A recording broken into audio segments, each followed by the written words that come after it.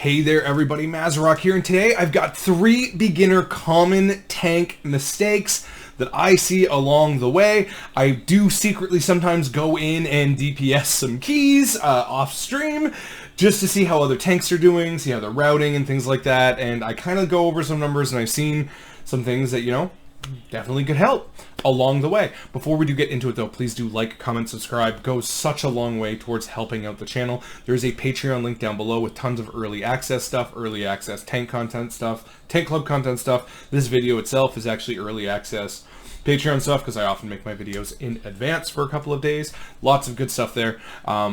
There's a Twitch link, Discord link, merch link for tons of cool stuff. Check that out. Alright, number 1. Use your defensives. So many times I see tanks holding on to defensives for the right moment or the big hit or something, and you end up holding on to it for like 10 minutes, 12 minutes in a 20-minute run, and it's a lot of wasted value. For example, if you take Shield Wall for Protection Warrior, it has a base cooldown of what, 3.5 minutes approximately, depending on how you're talented, depending on what you're talented into. But just because that cooldown says 3.5 minutes doesn't mean it actually is, because you are actually running talents that the more rage you burn or the more shield walls you use, depending on talents, actually reduce the cooldown of shield wall significantly. In most cases, you can actually get it down to below a minute. And if you hold on to Shield Wall for an entire minute, for 10 minutes, that's 10 uses of Shield Wall that you could have used that you're just holding on to it for no reason. Another one that I see is Protection Paladins, because they are the flavor of the month right now. They're the FOD and spec. Is 4 wings, literally popping Sentinel 4 times in a 25 minute run? Why? You have, like, that with Righteous Protector, that can easily become a minute 20, minute 30 more on average. You can have that up every second pull. Why hold on to it for that long? It makes no sense.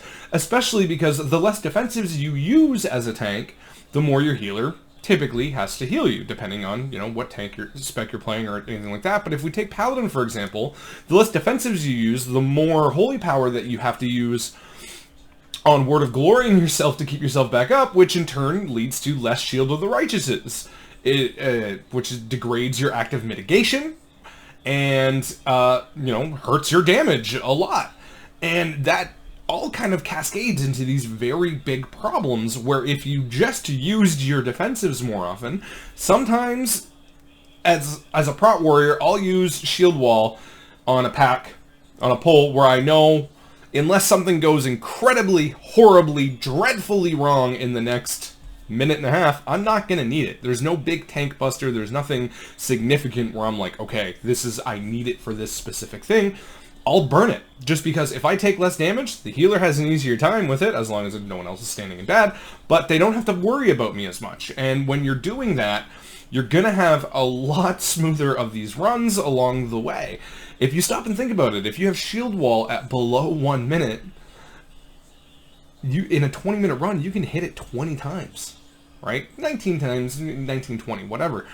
If you're looking at your details page when you finish a run and your auras that you have and your uses, and it's 2 or 3, you're getting a lot of wasted value and you're taking a lot of damage that you just don't need to take. So use your defensives. Paladins, you got like 5 of them. You know, a little bit less for Demon Hunter, but they're more fiery brand focused now. Monk has a ton of defensives as well. They, you know, dampen harm, diffuse magic. The amount of people that I've seen talented to diffuse magic and never use it once, just because you may not be putting a harmful effect back on someone, doesn't mean that you can't just have 60% magic mitigation for the time being, right? There are some dungeons where you will go 10, 15 minutes without ever having something put on you that you can diffuse. But why not use it just to have the magic mitigation and help yourself out along the way, right? It's when you stop thinking about it and breaking it down like this, it makes a whole lot more sense that way. So that's something that I see a lot of tanks kind of worry about, really struggle with hard, is they don't know, well, why am I dying? Why am I having a hard time? Why am I having to heal myself so much? And then you go look at their defensive uses, and out of 5 defensives, they've pressed 4 of them once. you can rotate these. You can constantly be going, right? Ardent Defender is like a minute cooldown. You have Eye of Tyr at 45 seconds. Guardian of Ancient Kings is another one where it's, you know, it has a hefty cooldown, but you have so many means of reducing that cooldown where it becomes a very respectable 2.5 minute-ish, usually on average, depending on talents. Can be a little bit shorter, can be a little bit longer. But every tank has this thing where why not just use your defensives? Another one is Burst Opener. So if you've heard me or been around this content channel a while, I've constantly said that your priority job as a tank is hold threat, don't die. Well, you got to worry about snap threat, because if you need to hold threat, you need to have a bursty opener. And a lot of tanks, I notice, worry so much about the core rotation on the long period that they actually don't focus on the bursty open that they could have and how to prioritize that to gain that initial threat. Because most of the time, that's where you're losing threat, is in the first 5 seconds of a pull. It will happen on occasion that you'll lose it 20, 30 seconds in, but that's insanely rare. And that's someone popping an insane cooldown into a priority target and going from 50k to 250k instantly. But, like I said, very rare. Very rare. Where I'd say easily 98 to 99% of the times where you're losing any threat is in the first 3 to 5 seconds of a pull. That's where you're losing it. Where you can actually fix that with a bursty rotation opener. And with Warrior, something like that, it can be a little bit more complicated. So, like, as you're charging in, you hit Avatar, you can hit Demo Shout as you're charging in to get everything in, Thunderclap, and just, you know, have a Thunderous Words and everything go out and bring everything in. You also have your Taunt All button, which you can interrupt anything that's casting and bring it all in with your Taunt All button. That can be a tool just for pulling, right, along the way, allowing you to get that easy threat. Now, another thing that a beginner tanks, this is kind of a side note as a little thing to bursty open, is taunt does not equal threat. Taunt is a mechanic that forces a target to attack you for a period of time. If you build no threat against that target, the moment the taunt wears off, the target will go attack something else because you have no threat to it. A lot of tanks and a lot of players in general think that taunt equals 100% threat. It does not. If you taunt, then you can test this out. Taunt a target and don't attack it. Just let it be. Test it out. The moment that taunt wears off, nah, it's gone. You never had it. So this is something that you have to realize along the way once you taunt something, and it's a whole lot easier to gain threat on something that you taunted as well, but you need to make sure that you've at least hit it a couple of times for it to remain with you. But working on your opener rotation is going to be a lot easier for you on snap threat and keeping threat in the long period of times, because like I said earlier, 3 to 5 seconds is where you're going to lose most of your aggro along the way. A Fury Warrior is going to come in and pump, a Havoc Demon Hunter is going to come in and I-beam, Ret Paladin's going to hit wings, whatever it is, you know, a Mage is going to burst for like 500k, or a Warlock, like, and just be like, okay, shit. But if you can work on that bursty rotation, you're going to kind of get in, and every tank has something they can do to kind of really amp up that damage at the start and work your way along, work it along the way.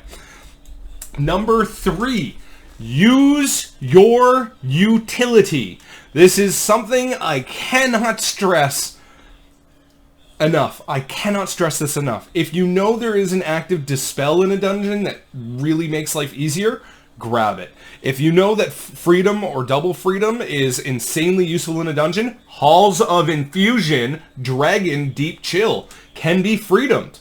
So you can literally remove 2 dots off anybody with Double Freedom, making your healer's life so much easier. Kick priority stuff. Kick anything. Anything that you kick is less damage on you and the party. Even if it's the wrong priority kick, you'll learn it along the way of what you may need to be saving your kick for. But kicking anything is insanely better than kicking nothing. If you're ending your run and you're every bad run that I've had this season in Season 2, and I mean every, just what is happening, I can go and look at details meters. And I don't look at damage. I look at interrupts, dispels, CCs, and every bad run I've ever had, those are 6 feet in the ground. Like, where are you? DPS with 0 kicks in a dungeon? Come on. But you can help that along the way by trying to do as much as you can with your utility. And what I've noticed as a tank is the more utility I use, the more dispels I use, the more CC I use, the more that I can really crank it out at the right times with all of that utility, the smoother a dungeon run is going to go. And it goes well every time. And if in season 1 of Dragonflight, on the last week, we were doing fun keys. Okay, fun keys. I posted a 16 Halls of Valor, 5 tanks, all tanks, no healer, no DPS. Let's see what shit show ensues. It was the smoothest Halls of Valor I had ever done, and we timed it with 13 minutes left. Want to know why? Because every tank was doing mechanics. Every tank was dispelling whatever they could when they could. Every tank was CCing and stopping, and nothing was nothing. And I mean nothing was getting by. Nothing. We weren't allowing a cast to go off. We weren't allowing anything to go off. Was anybody insanely high DPS? Was everybody at 120? No. It was really low DPS. It was tank DPS. But it was the smoothest run I've ever had. It was literally nothing went wrong. And when you stop to think about it, is when people do mechanics or people use utility to counter mechanics equals smooth runs, it's kind of a no-brainer, right? But when you as a tank refuse to take a dispel or refuse to take utility or use utility, because it's one thing to copy a build from someone but then never use it, never use the button, is something that you can do. For example, Vengeance Demon Hunters have purges, right? So many times I see no one purge a damn thing. You know, the amount of Vengeance Demon Hunters that I've seen in Naku Defensive last season, for example, never purge the Tempest boss, which you can do every single cast that he does, and just take insanely amount more damage for no reason, is kind of baffling to me. The amount of bears that I've seen never... Like, you have Soothe. It's part of your kit. You have to take it because it leads into... For pathing, you have it 24/7. But the amount of people that I've seen that never de-enrage anything or soothe anything, that could literally just... Like, right now in Freehold, there's the mobs. I can't remember the name of it. There's a lot of mobs in Freehold that do this blind rage cast that just bolt towards someone. If you soothe it, they stop doing it. It's a soothable cast. It doesn't need to be stopped. It can just be soothe up.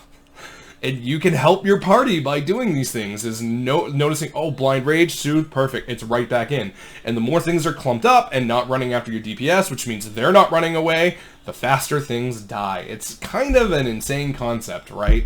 Where using utility can just literally help you as a tank. It's not all about DPS numbers, and this is something that I've been saying forever.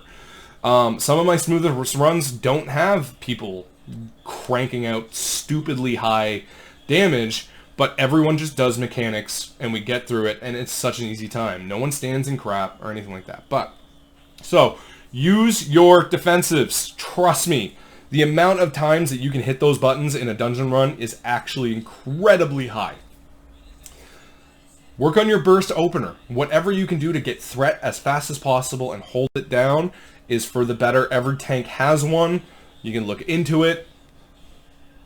Alright, that's the whole goal. Hold threat, don't die. After that, worry about the rest. Hold threat, don't die. And lastly, use your utility. Every tank has something special that they can do in these dungeons this season. Every tank. Find out what your tank is good at and surprise the pugs you play with.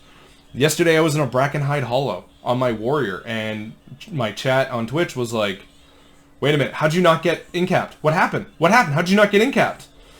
I spell reflected it. Everyone's good at something. Use your utility, use your defensives. That's what I have for you today. Thank you very much for watching, everyone. Happy tanking. Bye.